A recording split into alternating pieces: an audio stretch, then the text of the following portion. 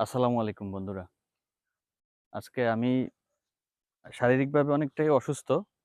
তারপরেও আসলাম মূলত একটা বিষয়ের জন্য। সেটা হচ্ছে আমার শরীর খারাপ থাকার কারণে বিষয়টা হচ্ছে ঠান্ডাজনিত সমস্যা।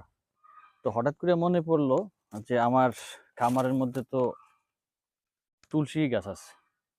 এটা এমন একটা ঔষধি গাছ, যদিও অন্যান্য ধর্মাবলম্বীরা এটাকে খুব পুণ্য গাছ হিসেবে ব্যবহার করে। বাট আমরা এটাকে ওষুধ হিসাবে ট্রিট করি। এই গাছের যে পাতা, এই পাতা আপনি চায়ের মতো করে অন্যান্য মসলার সাথে বা নরমালি যদি খান, তাহলে ঠান্ডাজনিত সর্দি কাশির সমস্যার থেকে অনেকটাই উপশম পাওয়া যায়। এটা হচ্ছে প্রাকৃতিক চিকিৎসা। ইভেন শুধু মানুষের জন্য না।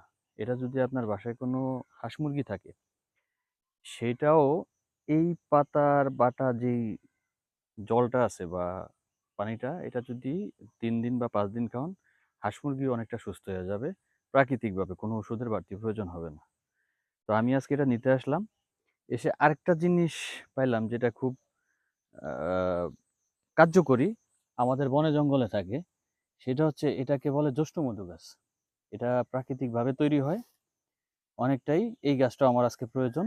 আমি এই ঠান্ডাজনিত সমস্যার জন্য এই গাছটা খুব কাজে দেবে। ইনশাআল্লাহ আশা করি এই ২ টার মিশ্রণে আজকে আমার ট্রিটমেন্ট চলবে।